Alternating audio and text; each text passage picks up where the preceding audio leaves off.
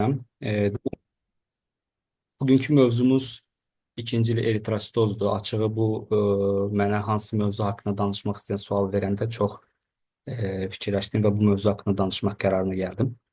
İkincili eritrositoz məsələsi tək bizi hematoloqları deyil, digər ixtisas mütəxəssislərini də maraqlandırdığı üçün burada bəzi əlavələr eləyərək maksimum dərəcədə əhatə eləməyə çalışacağam. Ümumiyyətlə bu polisistemiya, yəni eritrositoz nədir? Qan artıqlığı da deyilir bəzən el arasında və yaxud biz özümüz də bəzən xəstələrə başa düşsünlər deyə qan artıqlığı var sizdə deyirik.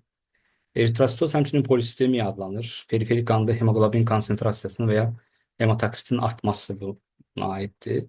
Polisistemiyanın spesifik səbəbinin diaqnozu xəstənin düzgün idarə üçün vacib bir elementdir. Bunu həmişə diqqətdə saxlamamız lazımdır və bu diaqnoz düzgün qoyulduqca ona yanaşma da normal düzgün olacaq. Biraz terminologiyaya baxdığımızda ümumiyyətlə eritrositoz özü nə deməkdir? Burada periferik qanda hemoqlobinin və hematokritin bərabər bir şəkildə artması lazımdır. Burada bir normal dəyərlərimiz var. Bu normal üzərinə çıxma bizim üçün eritrositoz hesab oluna bilər. Artan hemoqlobin kişilərdə 16,5-in üstündə və qadınlarda 16 qram bölsün desilitrin üzərində bir rəqəm, bir araşdırma tələb eləyir. Artan hematokrit də kişilərdə 49%, qadınlarda isə 48%-in üzərində bir araşdırma tələb eləyə bilər. Amma öncəliklə bu nisbidirmi, mütləqdirmi bunu anlamamız lazımdır. Nisbi polisistemiya nə deməkdir? Yəni nisbi eritrositoz nə deməkdir? Bu hemokonsentrasiyadır, tək plazma həcminin azalması, yəni qırmızı qan hüceyrələrinin kütləsi artması olmadan hemoqlobin və hematokrit yüksəlməsi bu nisbi adlanır. Mütləq polisistemiya bu çox səbəblərə malikdir. Bir cədvəlimiz var, irəliləyən slaydlarda göstərəcəm. Orada ətraflı şəkildə bu haqda danışmaq olar. Biz əslində mütləq polisistemiya bizim üçün, hematoloqlar üçün maraqlıdır. Bunun birincili və ikincili forması var. Birincili əlbəttə ki, bu hematolojida artıq, bu diaqnoz və sonraki müalicə məsələləri hematoloqa aiddir. Amma ikincili polisistemiya məsələsi də əlbəttə ki, hematoloqun və digər mütəxəssislərin də bərabər araşdırması lazım olan məsələdir. Bugün də əsas bundan danışacağıq. Amma bundan öncə bir eritropoyetin fiziologiyasına baxmaq lazımdır. Bundan bir qısa bəhs etmək istəyirəm. Aramızda təbii ki, rezident həkimlər, digər mütəxəssislər də ola bilər. Hamımız çox gözəl bilirik ki, qırmızı qan hüceyrələrimiz hematopoietik kök və progenitor hüceyrələrdən əmələ gəlir. Sümükliyində əlbəttə ki, qırmızı sümükliyində. Bu bəzən suallar doğurur, bəzən həkim yoldaşlarından da bizə sual verirlər ki, siz biopsiya alırsınız, bu sümüyündən alırsınız və s. və axır. Yəni biz bir mənalı olaraq qırmızı sümük iliyində, yəni axtarış eləyəndə çox nadir hallarda döş sümüyündən, amma əksər vaxtı qalça sümüyündən, iri yaslı sümüklər belə deyək, onlarda qırmızı sümüklük çoxdur. Orada formalaşır, orada proses baş verir. Eritropoietin bir hormondur, böyrəkdən çox hissəsi ifraz olunur. Burada normal fiziologiyada qırmızı qan hüceyrələrinin proliferasiyasının diferensiyasının əsas faktorudur. Yəni böyrəkdən bir 90% hallarda hipoksiya reaksiya olaraq bu ifraz olunur, qan yaramaya sərf olunur. 10% də qaraciyər tərəfindən istehsal olunur. EPO istehsal edən böyrək hüceyrələri hemoqlobin azalması, yəni anemiya hallarında və hipoksemiya halında qıcıqlanmaya səbəb olur və artmasını təmin olunur orqanizm tərəfindən. Bu da eritrositoz, yəni qan yaramanın artmasına səbəb olur. Bayaq bəhs elədiyim o cədvəl şəklində, yəni eritrositozun polisistemiyanın səbəblərinə aid bir cədvəldir. Bu cədvəldə, əslində bu cədvələ biz çox yerdə rast gələ bilərik. Mən bu cədvəli açıq götürmüşəm. Fevral 2025-ə update olunmuş, yəni up-to-date'dən bir cədvəldir.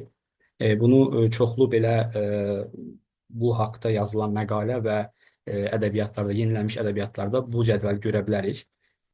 Burada nisbi polisistemiya, mütləq polisistemiya anlayışları var. Birincili polisistemiya, burada irsi, əlbəttə ki, birincili ailəvi anadan gəlmə polisistemiya, Çuvas polisistemiyası, sonra qazanılmış, bu hamımızın bildiyi polisistemiya Vera-Jak mutasiyası. İkincili polisistemiya, bu serum eritropoietin yüksək və ya qeyri-adekvat norma olması bunlara səbəb olur. Burada irsi mutasiyalar nəticəsində əldə edilmiş və sonra da hipoksiyaya bağlı xəstəliklər, həmçində bəzən avtonom ola bilər. Bunun ətrafında onsuz da danışacağıq. Cədvəli çox da incələmədən keçmək istəyirəm irəli. İkincili polisistemiya məsələsi belədir. Qan zərdabında EPO-nun yüksəlməsi nəticəsində qırmızı qan hüceyrələrinin kütləsinin artması. Bu adlanır ikincili polisitemiya. Çox vaxt bu toxuma hipoksiyasına yoğun fizioloji reaksiya ilə bağlıdır, yəni. Amma ikincili polisitemiya həm də avtonom istehsal oluna bilər. Epo-istehsal edilən şişlər məsələn misal göstərə bilərik ki, bu avtonom da ola bilir. Hipoksiya ilə əlaqəli polisitemiya gələndə biz burada nəyə görə bilərik? Hipoksiya cavab olaraq artan EPO ilə əlaqəli polisitemiya. Bu bayaqki cədvəldə ətraflı görürsənir. Biraz sonraki slaytlarda danışacağım. Ən tez-tez eritrositozun səbəbi kimi yüksək EPO. Bu ürək ağciyər xəstəliyi, məsələn, xronik ağciyər xəstəliyi, obstruktiv yuxu apnesi, bu hallar daha çox ikincili olaraq eritrositozun yaranmasına səbəb olur.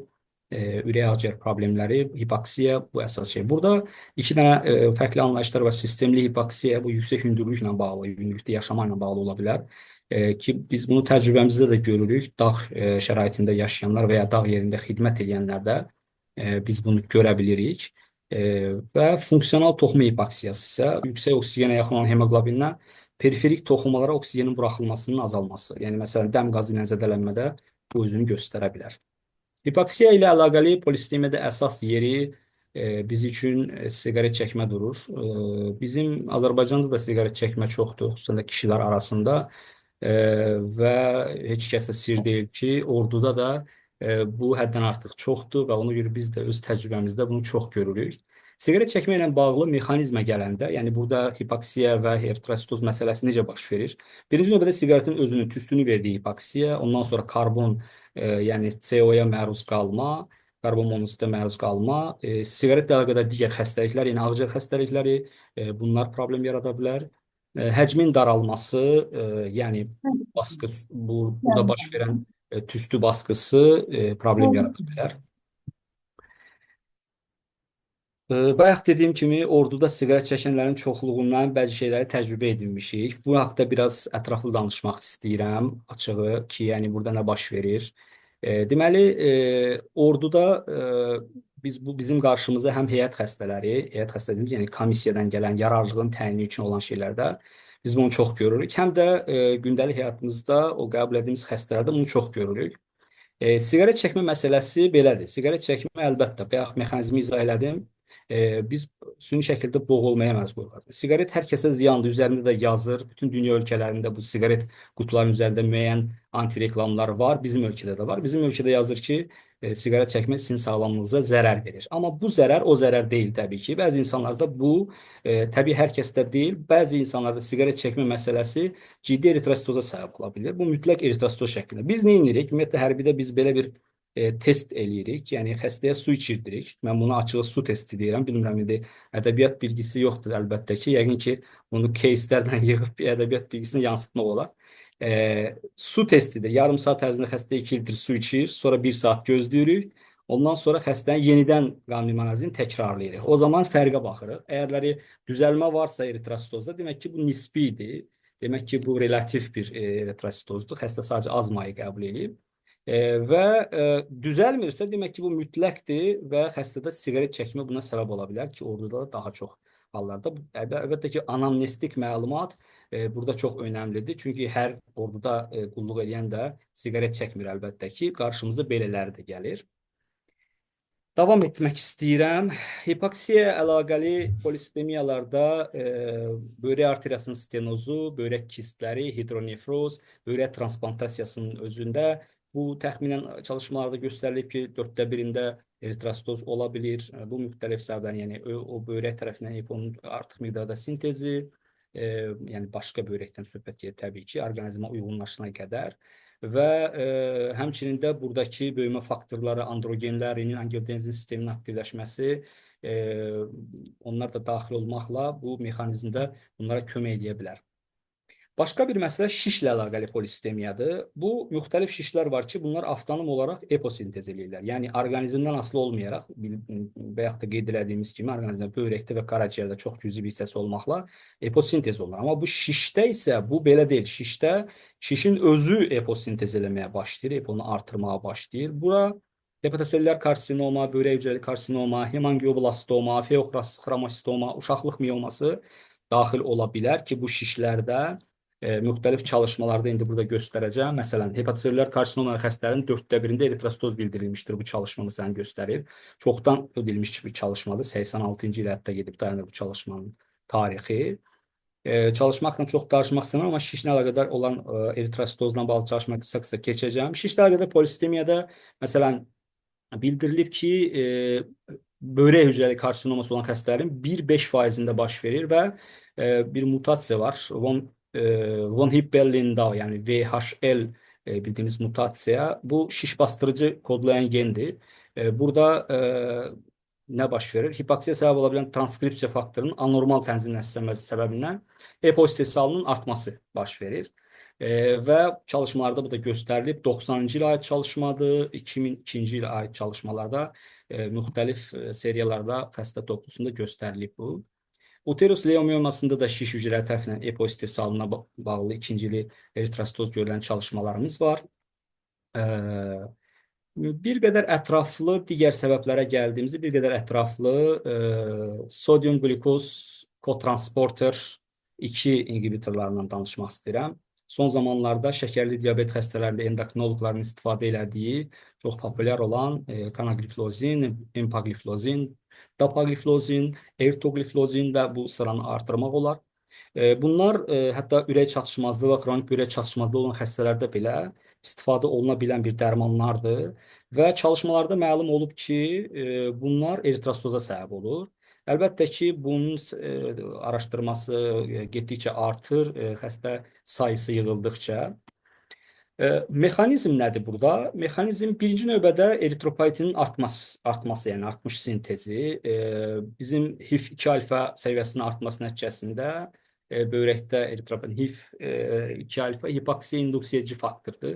Yəni dolayısıyla böyrəkdən bunun artmasını təmin etmək üçün, yəni EPO-nun artmasını təmin etmək üçün nə baş verməlidir? Hipoksiya olması lazımdır. Hipoksiya qıcığı yaranması lazımdır ki, biz də bunu görürük, müşahidə edirik bu deməli dərmanların istifadəsi zamanı.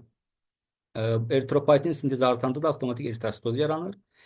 İkinci bir mexanizm budur ki, relativ eritrostoz yaranır. Bu hemokonsentrasiya nə baş verir? Osmotik diurez. Yəni bu dərmanın mexanizmi ümumiyyətlə nədir? Distal tubullarda glukozun geri sorulmasını təmin edən bir şeylərdir, belə deyək də o transporterlərdir. Bunları inhibiyə eləməklə oradan şəkərin həm sorulmasını eləyirik. Yəni qoymuruq da sorulsun geri, atırıq orqanizmdən. Həm də oradan maye və elektrolit də atılmış olur eyni zamanda. Və bu zaman nə baş verir? Bu zaman həcm azalması baş verir və bu da gətirib nəyə çıxardır? Bu da eritrostoza, relativ eritrostoza gətirib çıxardır. Hemokonsentrasiyanı artır. Başqa bir mexanizmdə iltihabı azaldır bu. İltihabı azaldanda iltihab mediatorlarına, xüsusən də interleukin 6-nı azaldır və bu zaman nə baş verir? Bu zaman hepsidin səviyyəsi də azalır. Dəmir metabolizması güclənir. Hepsidin azalanda dəmirin sorulması artır. Yəni də eritrostoz güclənir. Eritrositlərin yaranması artmış olur. Dördüncü bir mexanizmimizdə mitoxondrial funksiyanın yaxşılaşması. Burada enerji metabolizması məsələsidir mexanizmdə.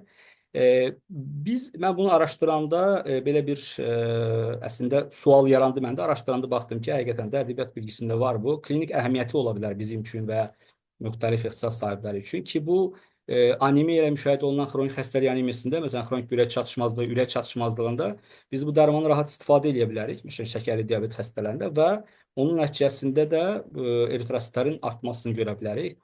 Bu da həm bu danışdığımız mexanizmlər, həm də xüsusən xronik xəstəlik anemiyasında hamımız bilirik ki, dəmir metabolizmasındakı məsələlər, dəmirin həbs olunması və orada mübadiləyə qoşulmaması nəticəsində xronik xəstəlik anemiyası yaranır. Ona görə də bu şəkildə onu aradan götürmüş ola bilərik eyni zamanda.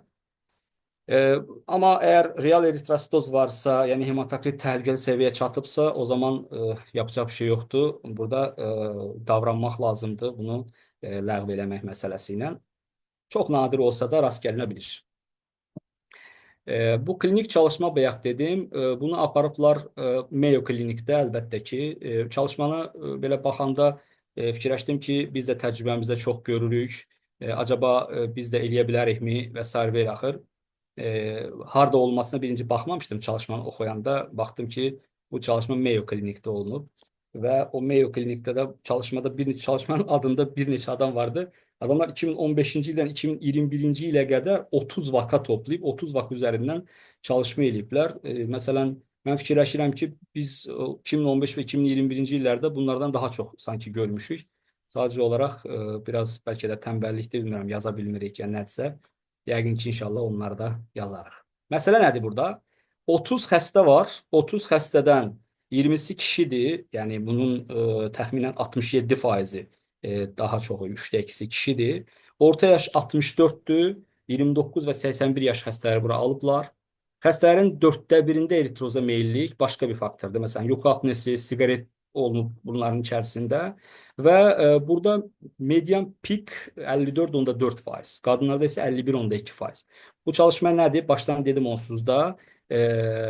Sodyum glukoz kotransporter 2 inhibitorun tətbiqi bu xəstələrdə və bunun nəticəsində eritrostozun yaranması. Median takip təxminən 2-2,2 il olub, amma bura çox qısa müddətə, yəni 5 aylıq takip də var, 7 illik takip də var. Və burada görsənib ki, hematokrit 54,4'ə gəlib çıxır kişilər üçün məsələn. Hemoglobin dəyəri də 190'lara kimi gedir çıxır kişilər üçün. Və bu çalışmanın indi ətrafı qoya bilməmişəm burada cədvəl şəklində, amma biraz bəhs eləmək istəyirəm. Bu çalışmada görünüb ki, biz bu hematokritin artması, yəni eritrositozun səbəbini həll eləmək üçün sadəcə bu dərmanın dayandırılması bu problemin həll olmasına səbəb olur. Ki, burada dərman istifadəsi zamanı tromboz halları olub və bu tromboz hallarının həlli üçün əlbəttə ki, profilaktik tədbirlər görülüb, müalicəvi tədbirlər görülüb. Amma bu problemin əsas həlli yolu bu dərmanın kəsilməsi olub ki, buradan başa düşüblər ki, bu dərman demək ki, eritrositoz yaradır və ciddi problemlər yarada bilər. Digər səbəblər içərisində atletik performans artırıcılarından söhbət eləmək istəyirəm biraz. Bu hamımıza məlum olan bir məsələdir, əlbəttə ki, amma biraz daha ətraflı danışmaq istəyirəm. Məsələn, qan dopingi. Bu qan dopingi rekombinant EPO kimi məsələn ola bilər.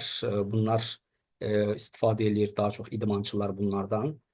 Sonra kobalt intoksikasiyası bu mexanizmdə artıra bilər. Boyum sindromunda ola bilər. Doping istifadəsi ilə bağlı biraz ətraflı danışmaq istəyirəm. Burada həm fayda, həm də zərərlər var, həm də ciddi əhəmiyyətli məsələlər var. Anamnezdə, sorğuda bu çox önəmlidir. Birinci məsələ rekombinant eritropoietin. Rekombinant eritropoietin istifadə edəndə mexanizm nədir? Böbrəklərdə təbii olaraq ifraz olunan EPO hormonunun süni forması qəbul olunur əlbəttə ki. Nəticə, sümük ilində eritropoietin stimullaşır.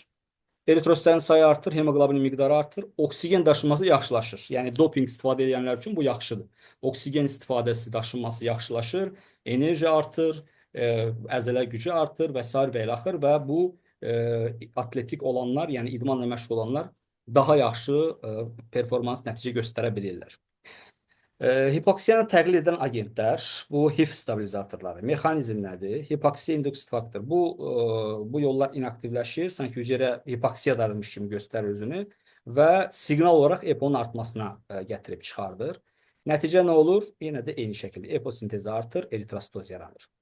Otolog qan transfuziyası, bu bilmirəm nə dərəcədə geniş istifadə olur, amma bu da mümkündür. Xəstələr deyirəm, idmançılar öncədən öz qanını donor kimi verirlər, saxlayırlar və yarış öncəsi öz qanını, yəni otolog olaraq özünə transfuziya eləməklə oksigen daşınma qabiliyyətini yüksəldirlər.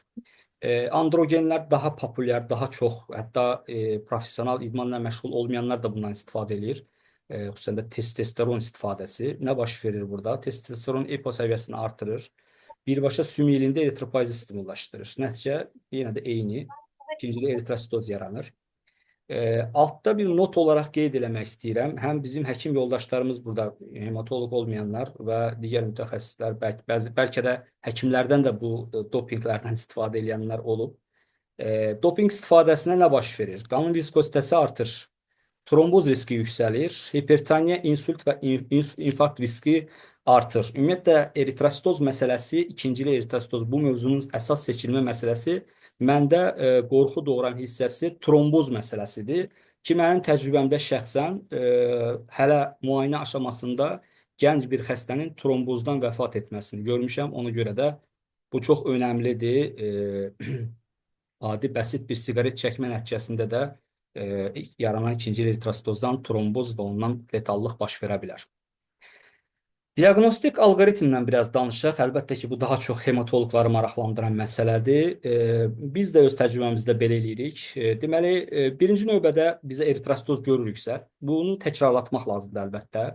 Təbii ki, burada nisbi eritrositozu inkar eləmək üçün, məsələn, biz istifadə edirik su testini ki, baxaq görək, yəni dərhal inkar eləmək üçün, baxaq görək həqiqətənmi bu eritrositozdur, yoxsa nisbidir, bu azmayı qəbul edir və yaxud da ki, hər hansı bir başqa bir səbəb var, qusma, ishal və s. və ilə axır var. Əgərləri biz bu sualı qoyuruqsa, əgərlər ki, həqiqətən də ki, burada eritrositoz təkrarda var, daha doğrusu yox halına baxaq. Yoxdursa əgərləri, bu zaman yenə də izləm lazımdır ki, bu nisbidir. Varsa əgərləri, o zaman klinik əlamətlər mieloproliferativ yöndən dəyərləndirmə aparılmalıdır. Laborator analizlərdə yenə də periferik yaxmadır, qan ümumi analizindəki bu dəyərlərin interpretasiyasıdır. Elektrolitlərə baxılmasıdır, böyrək qaraciyər funksiyalarına baxılması, pulsoksimetriya, bu biz də çox istifadə edirik, populyar istifadə edirik bu xəstələrdə bunu. Serum EPO-ya baxılması, JAK2 mutasiyasına baxılması və digər hallar. Deməli, burada pulsoksimetriya yazmışam. Burada bir haşiyə çıxmaq istəyirəm. Bəzən pulmonoloqlardan belə mübahisəmiz düşür ki, xəstənin saturasiyası pulsoksimetrdə normaldırsa, xəstənin ağciyərində bir problem axtarmamaq lazımdır, olmaya bilər, nə gərək var. Xüsusən də bu spirometriya üçün keçərlidir. Mən ədəbiyyat məlumatlarına baxmışam. Orada spirometriyanın əhəmiyyətində pulsoksimetriyası, yəni saturasiyası normal olan xəstələrdə belə bəzi hallarda spirometriyanın əhəmiyyəti lazım ola bilər. Ona görə də biz xəstələri pulmonoloq konsultasiyasına göndərəndə çox xahiş edirəm, pulmonoloqlar bu məsələyə çox diqqətli olsun. Əlbəttə ki, heç bir klinik əlamət yoxdursa, şübhələri yoxdursa, burada bu spirometriya olunması indi hər mərkəzdə əlçatan deyil, lazım deyil, amma yəni əhəmiyyətlidir spirometriya, pulsoksimetriya normal olsa belə. Bir də pulsoksimetriya normal olması, yəni saturasiyanın normal olması, biz adi portativ istifadələrimiz və yaxud da monitorlarda istifadələrimiz burada karbon monoksidi görə bilmirik biz. Ona görə də bəzi daha ağıllı cihazlar vasitəsilə bunları da təyin etmək mümkündür. Alqoritmi davam eləsək, alqoritmdə biz baxdığımız JAK mutasiyası ilə bağlı, əgər klinik əlamət varsa, JAK mutasiyası da varsa, bu artıq mieloproliferativ xəstəlikdir, sümük limanləri lazımdır. Əgər klinik əlamət var, amma JAK mutasiyası yoxdursa, o zaman MPL kalır və BCR-ABL baxmaq lazımdır. Nə klinik əlamət yoxdur, nə də JAK mutasiyası yoxdursa, bu böyük ehtimalla, əgər bu alqoritmdən gəliriksə, bu böyük ehtimalla ikincili eritrositozdur və burada ürək, böyrək və digər səbəb yaradan eritrositozlara baxmaq lazımdır, araşdırmaq lazımdır. Orta xəttlə davam eləsək, BCR-ABL məsələsində, əgər MPL və ya kalır mutasiyası varsa, bu zaman yenə də bizim xəstəliklərə girir. Bu mielofibroz ola bilər, esensial, yəni ET ola bilər, esensial tromboz. Və BCR-ABL-in pozitiv olan halı əlbəttə ki, bu xronik myeloid leykemiyadır, bu artıq sümük limanləri tələb eləyir. Mutasiya yoxdursa, o zaman pulsoksimetriya məsələsi normal olub olmaması, serum EPO normal olub olmaması və biokimyəvi dəyərlərdən asılı olaraq yenə də əgər heç bir problem yoxdursa, izləm varsa, bu zaman ikinci eritrositoz düşünərək o açıdan araşdırmanı davam eləmək olar. Deməli, məsələnin əsas hissəsi sorğu məsələsidir. Bu çox əhəmiyyətlidir. Simptomatika sorğusu hər zaman bizə diferensiasiya etməyə kömək eləyir. Burada biz nələri soruşuruq əsas xəstələrdən, nələri anlamaya çalışırıq?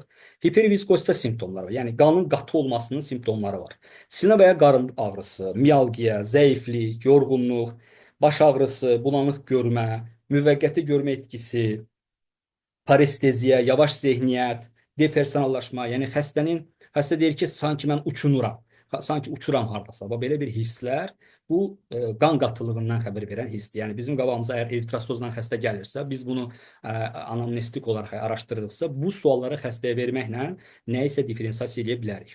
Tromboz və ya qanama məsələlərinə gələndə bu adətən, yəni eritrositozla bağlı olan trombozlar qeyri-adi yerlərdə baş verir. Məsələn, mezenterik tromboz ola bilər, qaraciyər portal və ya retinal venalar trombozu, arterial trombozlar ola bilər birdən-birə. Bu da bizə o eritrositozun trombozundan xəbər ki, məsələn, bayaq dediyim vaka hansı ki, gənc bir oğlan o pulmonar arter trombozundan dünyasını dəyişdi. Çox təəssüf ki.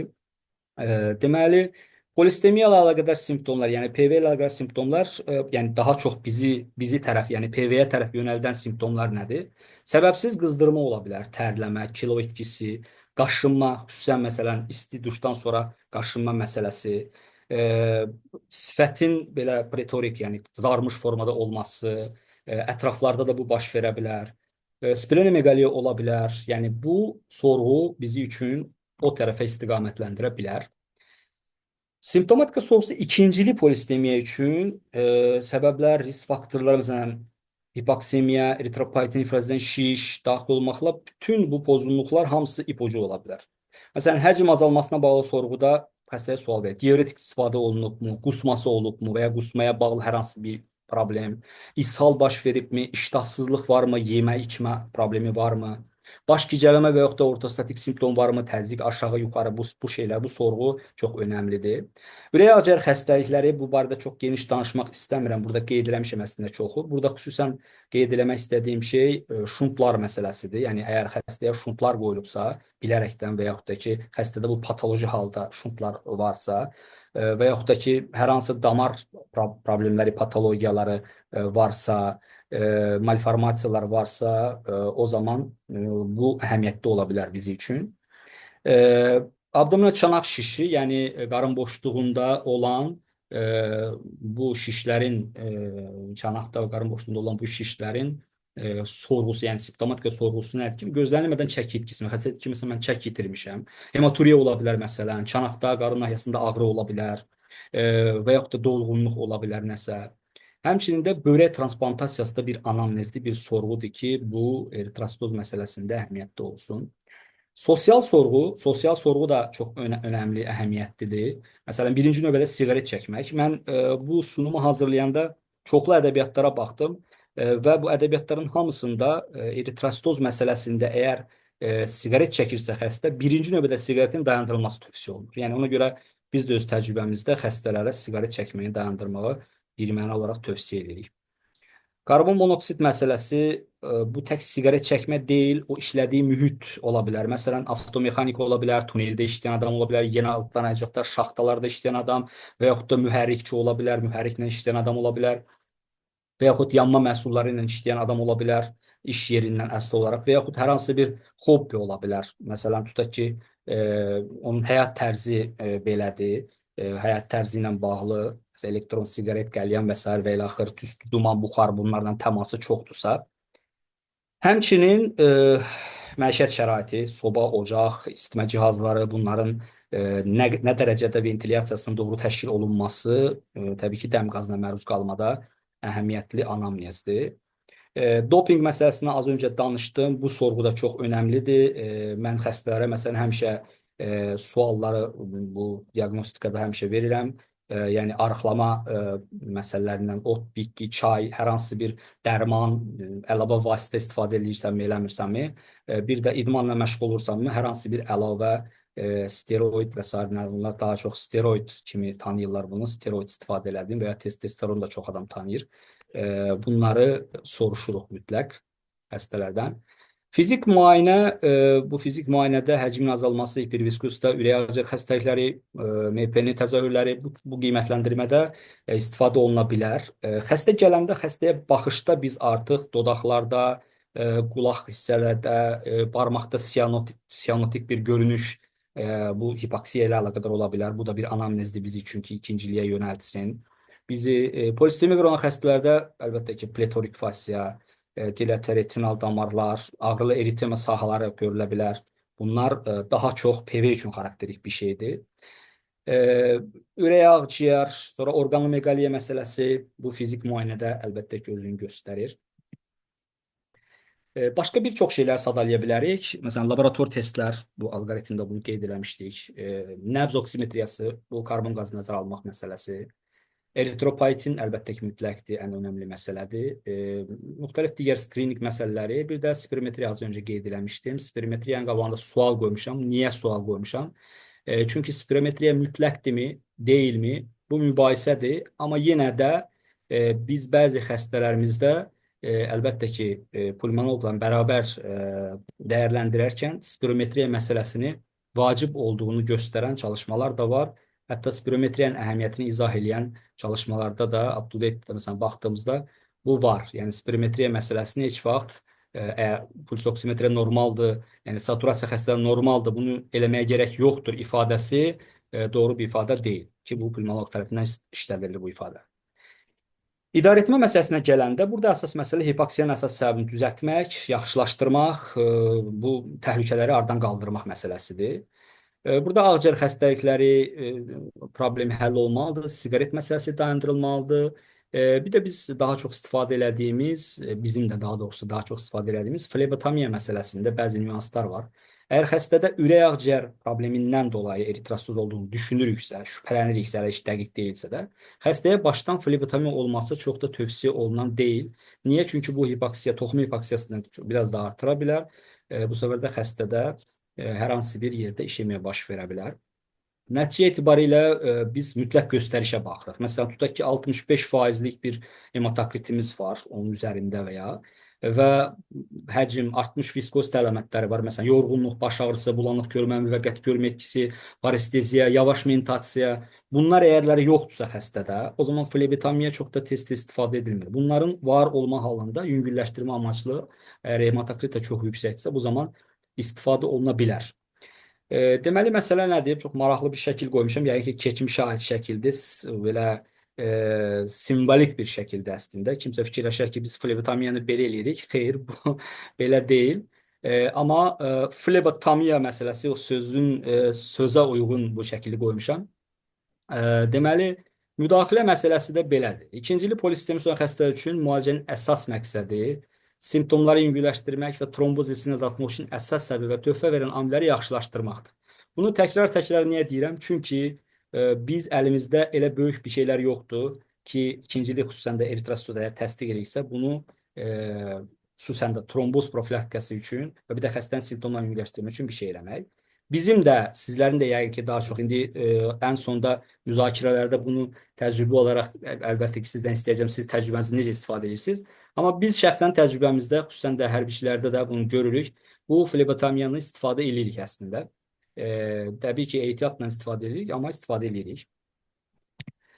Hematokrit məsələsində də əslində biz xüsusi bir aralıq qoymamışıq. Əsas biz üçün hemoqlobin dəyəridir, amma bəzən birinə və ya ikisinə də baxıb dəyərləndirmə apara bilərik. Xəstənin şikayətləri burada çox önəmlidir.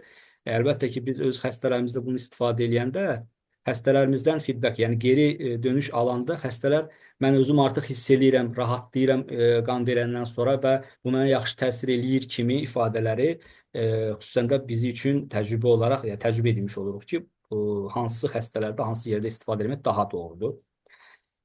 Təhlükəli amillər bayaq danışdıq. Bunlardan nələr, necə olunmalıdır? Siqaret çəkmək yenə də aksentlə vurğuladığımız şeylərdir. Siqaret çəkməklə bağlı bir dənə də belə bir maraqlı bir yanaşma demək istəyirəm. Xüsusən də bu hərbiçi xəstələrdə baş verir. Amma mən belə öyrəşmişəm, mülki baxdığım xəstələrdə də bunu edirəm. Əgər eritrostoz şübhəsi varsa xəstənin, xəstə siqaret çəkirsə, ikincili xüsusən də eritrostoz məsələsidir. Mən xəstədən birmənalı olaraq siqaret məsələsinin tərk etməsini deyirəm. Başa salıram. Xüsusən də bu tromboz məsələsini təcrübəmdə də araşdırma sırasında yəni itirilən xəstəni misal göstərərək xəstəni biraz da qorxudan və xəstədən həmən an siqareti tərk etməsini tələb edirəm və siqaret qutularını alıram. Özüm siqaret çəkən deyiləm, amma mənim iş yerində sürməmdə siqaret kolleksiyası var. Alışqanla birlikdə alıram. Qoyuram, xüsusən də hərbiçilərdə, əsgər və zabitlərdə xüsusən olur bu. Və ən azından bir nəfərin siqaret çəkməyindən çəkinməsinə, siqareti tərk etməsinə səbəb olur və təcrübədə də o siqareti tərk edəndən sonra nə qədər böyük fərq olduğunu kontrollarda təbii ki, görürük. Bayaq dediyimiz kimi, əgər xəstə simptomatikdirsə flebotomiya, bu biz üçün çox əhəmiyyətlidir, yaxşıdır və biz bunu istifadə eləyirik. Terapevtik flebotomiya deyirik də biz buna. Yəni müalicəvi sanki bir flebotomiya. Çünki flebotomiyanın bir neçə növü var. Yəni donor kimi də verə bilər və yaxud da hər hansı bir şəkildə əməliyyat və sair digər məsələlər də ola bilər. Terapevtik flebotomiyada standart bir vahid flebotomiya bu əsasən yəni 450-500 millilitryə tamamlanan bir torba şəklində standart olur. Bu təxminən 3% bəndi hematokriti azalda bilir. Xəstələrə nə tövsiyə edir? Xəstələrə flebotomiyadan sonra 24 saat ərzində nəmləndirməni saxlamağa və güclü məşqdən çəkinməyə təşviq etməli. Yəni yuyunmaq, eləmək, yəni biraz istirahət rejimi çox önəmlidir bu məsələdə. Çünki toxuma hipoksiyası məsələsi burada ön plana çıxır deyə xəstədən daha çox tövsiyə edirik ki, xəstə flebotomiya olduqdan sonra bol maye qəbul etsin. Əgər bol maye qəbul etmək imkanı heç yoxdursa, hətta sistem şəklində maye köçürülməsi də ola bilər. Bu daha çox fayda verir xəstə üçün. Burada çox önəmli bir cümlə qeyd eləmişəm. Bu cümləni əslində bura niyə xüsusən vurğulayaraq altından imza çəkərək qeyd eləmişəm? Çünki təcrübəmizdə var, bəzi xəstələrdə biz flebotomiya tövsiyə edirik. Müxtəlif mərkəzlərə gedirlər, orada qan aldırmaq üçün. Oranın mərkəz rəisləri, qan bankı sorumluları mı deyim, yoxsa belə onlar buna etiraz edirlər ki, biz həftədə bir və yaxud da həftədə iki bunu eləyə bilmərik, tövsiyə olunan ayda birdir və s. belə axır. Amma biz təcrübəmizdə də bunu görürük ki, artıq 5-6 ildir biz bunu eləyirik və heç bir problem də yaşamırıq. Ədəbiyyat bilgisini bura qoymuşam ki, kişilər həftədə 1,5-2 vaid bu flebotomiya qan çıxarılmasına dözürlər əslində. Yəni xüsusən daha çox biz kişi populyasiyasını işləyirik. Ona görə də yəni hər hansısa bir mərkəzdə, əgər bizim içərimizdə bu vebinara qoşulanlardan qan bankası sorumluları və yaxud da ki, digər ixtisas həkimləri də varsa, bunu görsünlər və bu çox əhəmiyyətlidir. Hə, qadınlar üçün və bəzən də zəif, çəkisi az olan insanlar üçün bu 0,5 vahid həftəlik söhbət gedir, əlbəttə ki. Amma bunu yalnız aylıq eləmək olar deyə bir şey də yoxdur. Yeri gəlmişkən buradan qeyd edeyim ki, qan donorluğu məsələsi bu müasir yanaşmada, ən son ədəbiyyatlarda kişi üçün qan donorluğu 8 həftə keçəndən sonra mümkündür yazılır. Təbii biz də bunu 3 aydan bir eləyirik praktikamızda, amma ədəbiyyat bilgisi 8 həftədən sonra mümkündür yazır. Bunu təbii ki, fərdi qiymətləndirmək lazımdır. Bir də sonda qeyd edeyim ki, flebotomiya mütləq dəmir çatışmazlığı vəziyyəti yaradır. Bu zaman polisistemiyaya nəzarət etmək üçün dəmir əlavəsi verilməməsi tövsiyə olunur. Yəni, hansısa bir terapevt mi deyim, yoxsa hansısa bir digər ixtisas sahibi hər səndə dəmir əksikliyi var, anemiyan olmasa da gəl sənə dəmir verək, belə yanlışlıqlar eləməsin. Tromboz profilaktikası, düzdür, belə xüsusi bir çalışma, buna yönəlik təsdiq edici xüsusi bir tədqiqat çox da tapa bilmədim, bu barədə heç oxumadım, oxuyan varsa bölüşər bizlə. Amma profilaktika məsələsində biz də belə istifadə edirik. Ürək-damar risk faktoru olan xəstələrə gündə bir dəfə az dozada aspirin, arterial tromboz anamnezi varsa, o zaman 2 dəfə az doz aspirin, venoz tromboemboliya varsa əgərləri, o zaman fərdi şəkildə burada təbii ki, antikoagulyant əlavə oluna bilər, apixaban əlavə oluna bilər və yenə də aşağı doza aspirinlə birlikdə. Bu, tromboz profilaktikasında önəmli yerlərdən biri ola bilər. Əlbəttə ki, xəstəyə paralel olaraq bol maye içməsini tövsiyə edirik. Son olaraq qeyd eləmək istəyirəm nəyi? İkincili eritrositos haqqında fikir yürütməmiz üçün nə eləmək lazımdır? Klinik təfəkkür lazımdır birinci burada, əlbəttə ki. Yaxşı diaqnostik laboratoriya lazımdır. Laboratoriya əgər yoxdursa, hər şey eləyə bilmiriksə, əl çatımlıq yoxdursa, o zaman biraz çətindir. Çoxsaylı təcrübə çox önəmlidir ki, bunu bir daha vurğulayıram ki, bizim içimizdə məndən də çox təcrübəsi olanlar var, yəqin ki, indi bölüşəcək təcrübələrini. Və bir də fərdi yanaşmaya ehtiyac var. Fərdi yanaşma hər zaman biz öz təcrübəmizdə, şəxsən mən öz təcrübəmdə görmüşəm ki, hemoqlobin dəyərinin yüksək olması, hemokrit dəyərinin yüksək olması hər xəstədə eyni cür, eyni problemə səbəb olmur, eyni şikayətə səbəb olmur. Diqqətiniz və səbriniz üçün təşəkkür edirəm. Ümid edirəm ki, vaxt məhdudiyyətində aşmadım. Çox sağ olun. Suallar varsa buyurun.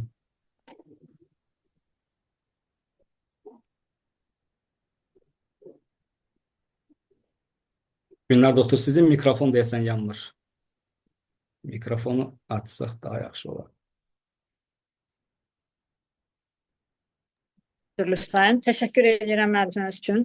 Çox dolğun, ətraflı oldu. Digər ixtisas həkimləri üçün də maraqlı olan məqamlara toxundunuz. Kimin sualı varsa, yəni vaxtımız var.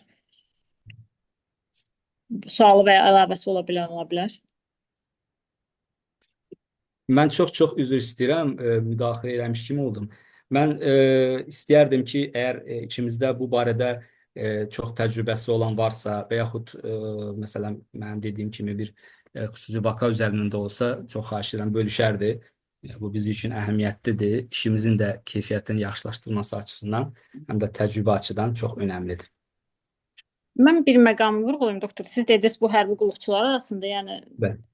eyni qurumlarda çalışırıq deyə. Mən son vaxt nəyi müşahidə eləmişəm? Xüsusən məsələn bu Qarabağ zonasında artıq hərbi hissələr tikiləndən sonra, orada xidmət başlayandan sonra burada daha çox zabit gizlər arasında bu hala rast gəlirəm.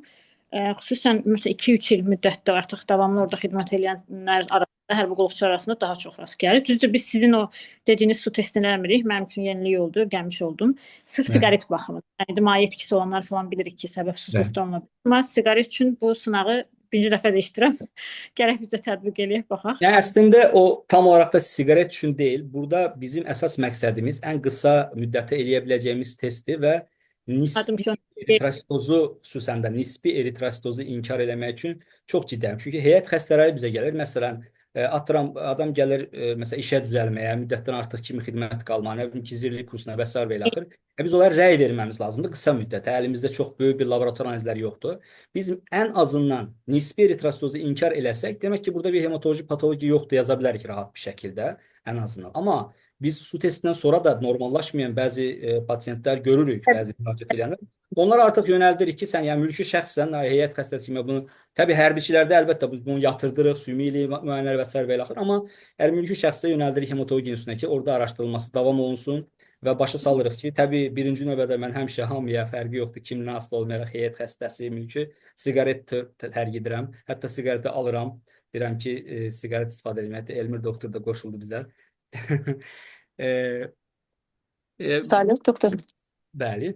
axşamınız xeyir olsun. Hər kəsi salamlayıram. Çox gözəl sunumunuz üçün təşəkkür edirəm. Həqiqətən aktual və maraqlı mövzuydu. Əslində bir yerdə eşitdim də, amma daha diqqətli gözümdən mi qaçdı, qulağımdan mı qaçdı, dəqiq bilmirəm. Tez-tez praktik həyatımızda görürük, böyrək transplantasiyasından sonra böyrəyin funksional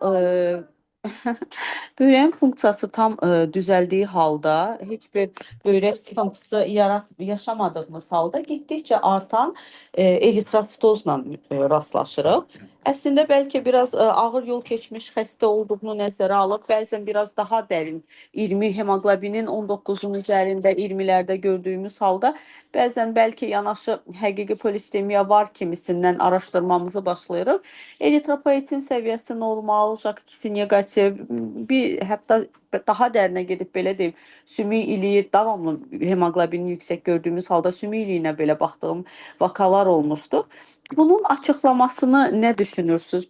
Praktikada bu cür pasiyentləri necə idarə edirsiniz? Bu haqda sizin də və digər həmkarlarımızın da fikrini öyrənmək istəyərdim. Çox təşəkkür edirəm. Maraqlı məruzə üçün bir daha təşəkkür edirəm. Çox sağ olun Şəhla xanım. Gözəl sualdır əslində. Mən bu barədə sunum hazırında əlbəttə ki, indi müxtəlif məqalələrə baxırıq, araşdırmalar. Transplantasiya məsələsi də belədir. Yəni mən oxuduğum və başa düşdüyüm qədərilə, yəni başqasının orqanı olduğu üçün, yəni yaradılış elədir ki, orqanizm elə yaradılıb ki, hər şey reseptor, hər şey nöqtə vergülünə kimi yeri yerində qayda-qaydasındadır. Yəni orqanizmdə o hipoksiya olan qıcıq və o EPO-nun artırılması bu bir saat mexanizmi kimi bir şeydir. Yəni başqasının orqanı olduğu üçün onlar arasında nə qədər də HeLa uyğunluğu olsa da, uyğun donor kitan köçürülmüş olsa da, burada illaki bir uyğunsuzluq var və bu xüsusən bu uyğunsuzluqla əlaqədar bəzən olur. Bütün xəstələrdə deyil əlbəttə ki. Mən slaytlarımda da qeyd etmişəm. Araşdırmalarda bu təxminən 25%, düzdür, böyük bir rəqəmdir, amma 25% halda böyrək transplantasiya olan xəstələrdə bu baş verir. Və bu da böyük ehtimalla o mismatch, yəni xırda bir uyğunsuzluq ucbatından doğru düzgün deyil. Yəni ədəbiyyat çalışma, ümumiyyətlə ədəbiyyat bilgilərində belə bir maraqlı cümlə var. Bunu ingiliscə tərcümədə Azərbaycanda belə çıxır. Yazır ki, EPO ya yüksəlir, ya da qeyri-adekvat normaldır. Əslində EPO-nun bir aralığı var və bu aralıqda belə deyim də gedib gəlməsi lazımdır. Amma Bu transplantasiya olunan xəstələrdə də əslində qeyri-adekvat normal rəqəm göstərir. Yəni yenə də artmışdı. Tam yuxarı sərhədi keçməsə də artmış hesab olunur. Burada EPO birinci səbəbdir. Yəni EPO-da bu hipoksiya qıcıqlanması və bu böyrəyin digər adama aid olması və buradakı uyğunsuzluq, xırda bir uyğunsuzluq səbəbindən bu birinci mexanizmdir. Bir də digər hormonal mexanizm, digər bir sürü sitokin, bir sürü o toxumaya qarşı olan aqressiya və s. və axır bunlar rol oynaya bilər. İdarəetmə məsələsinə gələndə isə, təbii ki, şəxsən mənim təcrübəmdə böyrək transplantasiyası ilə bağlı araşdırdığım eritrosozla bağlı xəstələr çox deyil. Amma burada EPO-nun ölçülməsi və o EPO-nun dəyərinin hansı aralıqda, yəni aşağı dəyərlərə yaxın və ya yuxarı dəyərlərə yaxın bu əhəmiyyətlidir. Bir də düşünürəm ki, biopsiya məsələləri bəlkə də gündəmə gələ bilər. Bilmirəm, böyrək həkimləri bunu necə dəyərləndirər. İdarəetmə məsələsi də düşünürəm ki, flebotomiya ilə idarə eləmək olar. Təbii ki, siqaret çəkmirsə, yəni transplantasiya xəstəsi siqaret çəkmir. Amma flebotomiya ilə idarə oluna bilər. Təcrübə bu baxımdan kimdə daha çoxdursa deyə bilər. Mənim şəxsən bu barədə çox böyük təcrübəm yoxdur. Mən də görmüşəm, amma araşdırdığım, sümük iliyinə kimi getdiyim xəstəm olmur. Mən də təşəkkür edirəm Salih doktor. Həqiqətən gözəl, kapsamlı bir çıxış idi. Bu böyrək məsələlərində, transplantasiya məsələlərində təbii ki, deyilən məsələlərlə yanaşı istifadə olunan dərmanların da böyük rolu var. Xüsusən də bir çox xəstələrdə steroid istifadəsi və digər preparatların istifadəsi də paralel olaraq relativ eritrositoza gətirib çıxara bilər. Bir məsələni də qeyd eləmək istəyirəm ki, xüsusən indi daha çox siqaretdən danışdıq, amma elə siqaretin buraxılması, atılması üçün də böyük bir mövzuydu, konuşmaydı. Biraz alkoqolu kənara qoymuşuq. Alkoqolu məncə biraz unutduq. Amma alkoqol istifadəsi də ora girmədim də. Eritrositoza səbəb ola bilər. Məncə onun da buraxılması üçün o spirtli içkilərin də qəbulunu da ondan da məşğul olsaz, o da bir böyük faydalı olar, düşünürəm.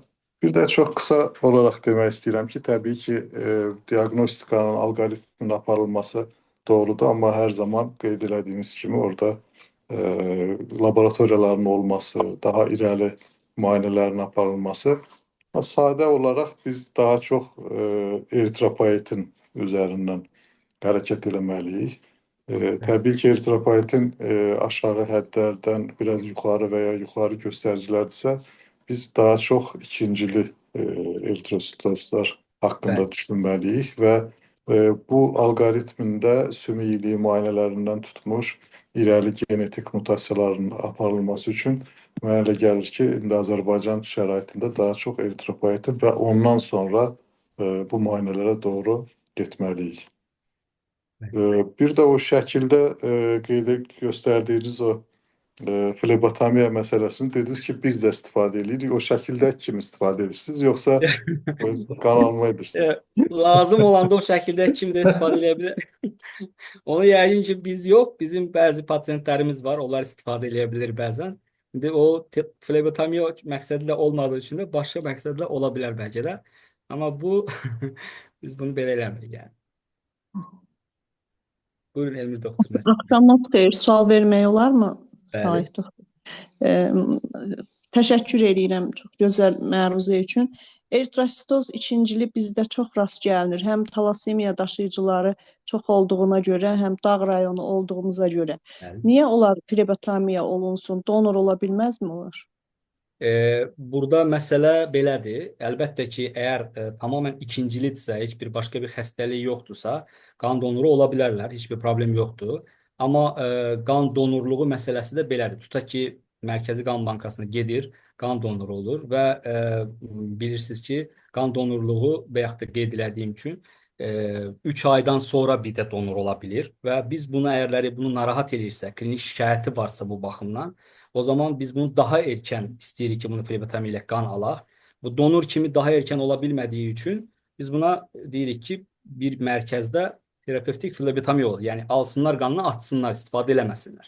Amma biz adətən terapevtik flebotomiya elədiyimiz xəstələrdə, yəni əslində bir problem var arada deyib və onu daha çox atılmasını tövsiyə edirik. Yəni məntiqlə götürsək, PVN-in özündə də alıb qanı kiməsə vurmaq olar. Niyə də olmasın? Orada mutasiyalar və s. və ilə axır belə bu şeylər hamısı dərin mexanizmlərdir. Amma bizim əsas məqsədimiz niyə sürəkli donor ola bilər, əlbəttə, ikincili eritrositozdursa, amma ikincili eritrositozun da altda yatan səbəbi var. Xəstəliyi nədir, problemi nədir? Məsələn, tutaq ki, ürək səbəbindəndirsə əgəri, bayaq slaydlarımda qeyd elədim, o zaman biz bunu sürəkli flebotomiya eləyə bilmərik. Toxuma hipoksiyasına girəcək, daha çox problemə girəcək. Ona görə xəstədən xəstəyə dəyişir. Qaldı talasemiya daşıyıcılarına. Talasemiya daşıyıcılarında düşünürəm ki, o qədər böyük, yəni eritrosit sayısı çox ola bilər. Amma burada əsas məsələ hemoqlobin və hematokrit məsələsidir. Talasemiya daşıyıcılarında da bu o qədər də yüksək gördüyümüz olmayıb. Yəni mən yadıma gəlmir ki, təcrübəmdə də görməmişəm ki, ya da belə bir şey oxumamışam. Talasemiya daşıyıcıları ilə bağlı flebotomiya eləyək və yaxud da ki, donor kimi gedib qan versinlər. Belə bir məlumatımız yoxdur. Təşəkkür edirəm. Məsələ bundadır ki, flebotomiya zərfə daxil deyil, xidmətlər zərfinə. Mən ambulator şəraitdə işləyirəm. Yəni biz flebotomiyanı, düzdür, mən bəzən otaqda polisitemiyalı xəstələrə mərkəzdə yazanda icra eləyirik, amma nə xidmətlər zərfinə daxil deyil, nə pullu xidmətə, nə də pulsuz xidmətə. Ona görə də xəstələrdə çek çıxardanda problem yaranır flebotomiya proseduru üçün. Ona görə də başqa otaqların heç birisində eləmək mümkün deyil. Yəni hardasa hematoloji kabinet yoxdursa, orada flebotomiya eləmək mümkün deyil. Çox maraqlı sualdır. Çox təəssüf ki, mən bu suala tam Həqiqətən. ətraflı cavab verə bilməyəcəm. Valid doktor, əgər bir fikriniz varsa. Mən dəqiqləşdirmişəm. Hətta flebotomiya olunması üçün bizdə polisitemiyalı xəstələr gəlir. Mən regionda yeganə hematoloqam və bu barədə xidmətlər zərfi üçün təbibə də müraciət elədik ki, buna hər hansı bir dənə kod versin ya hansısa bir kod versin ki, mən ona barkod çıxardım o flebotomiya üçün. Belə bir xidmət yoxdur zərfdə. Nə pullu xidmətə daxil deyil, nə pulsuz. Əslində, yəni həqiqətən də çox maraqlı və gözəl müdaxilədir.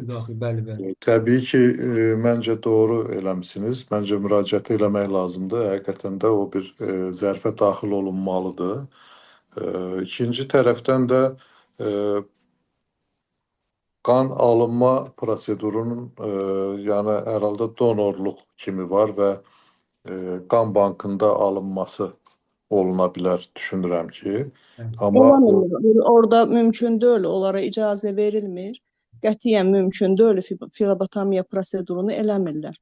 Yəni bizdə ona görə də xəstələr çox problem yaranır. Zakataladan, Qaxdan bizim rayona flebotomiya üçün gələnlər var. Ona da mən barkod çıxarda bilmirəm. Mən onu nəzərdə tutmadım. Yəni onları donor kimi qan bankına donor kimi qan vermək kimi yönəltmək olar, müvəqqəti o kod hazır olana qədər.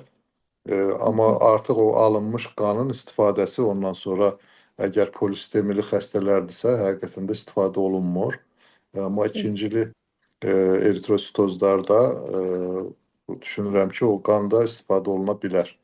Yəni o xəstələri donor kimi qan bankına yönəldib, qan bankında onların qanlarını almaq olar. Mən belə düşünürəm, amma digər tərəfdən də əgər həqiqətən də polisitemiyalı xəstədirsə və ona həftədə bir dəfə, 2 dəfə flebotomiya proseduru uygulamaq lazımdırsa, artıq qan bankında o bir dəfə qan verə bilir.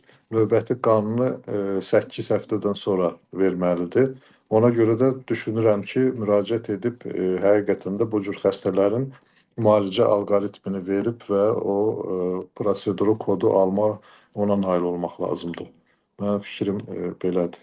Valid doktor, bu xidmətlər zərfə görə dəyişir. Yəni məsəl üçün Bakıda belə bir xidmət var. Mən təbiblə işləməmişəm deyə bilmirəm. Yəni rayonda, regionda flebotomiya kodu yoxdur, belə bir şey olur. Mən belə düşünürəm ki, hematoloji xidmət ümumiyyətlə dövlət proqramı əsasında həyata keçirildiyi üçün bu cür xəstələrin hematologiya institutuna göndərilməsi və orada icra olunması nəzərdə tutulur. Ona görə də ola bilər ki, bu cür xidmətlər əlavə olunmalıdır. Məsələn, sümük iliyi transplantasiyası kimi və yaxud da digər müalicə proseduraları, qeyri-malin hematoloji xəstəliklərdə olduğu kimi, burada da bu cür xəstəliklərin yəni bir müdaxilənin, mən bilmirəm, məsələn, sümük iliyi müayinəsi varmı zərfdə? Bəli, var. Bəli, var. Sümük iliyi müayinəsi laborator müayinələrin içərisində, biopsiyanın içərisində var. Bəli. Əgər sümük iliyi kimi müayinələr daxildirsə, flebotomiya da mütləq daxil olmalıdır. Düşünürəm ki, o müraciət və əsaslandırma əsasında olmalıdır. Çox doğru bir fikir dediniz. Bir də mən bir şey demək istəyirəm. Məsələn, biz belə edirik. Mən bəlkə biz hərbi müəssisə olduğumuz üçün belədir. Biz rahat bir şəkildə bunu qan bankasından yönəldərək edə bilirik. Yəni xanım qeyd edir ki, orada bizdə qan bankası var və orada onlara icazə vermirlər birmənalı olaraq. Mən tam olaraq bunu başa düşmədim. Yəni nəyə görə olmasın ki, məsələn, flebotomiya məsələsi.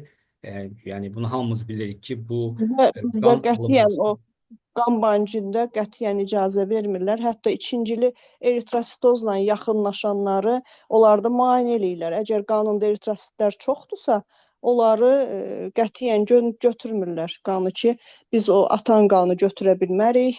Qətiyyən mümkün deyil və bu xəstələr Bakıya müraciət edirlər hər flebotomiya üçün. Amma bizdə hematoloji kabinet olduğu üçün mən icra eləyirəm. Yəni amma barkod çıxartmıram. Bunun əsas səbəbi yəni prosedurların olmamasıdır. Yəni bilgisizliklə əlaqədar olan bir məsələdir. Yəni bu ümumi bir problem deyil. Sadəcə prosedur hazırlanmalıdır. Eritrositozda biz almırıq, normal eritrositlərdə alırıq. Elə bir tibbi elə bir göstəriş yoxdur. Sadəcə bunlarla məşğul olmaq lazımdır və bunu əsaslandırıb prosedur halına gətirmək lazımdır. Bəli, əsas problem orada qan bankında ikinci dəfə, həftədə bir dəfə, iki dəfə qan alma məsələləri ola bilər. O tibbi nöqteyi nəzərdən qan bankında donorluqda uyğun deyil.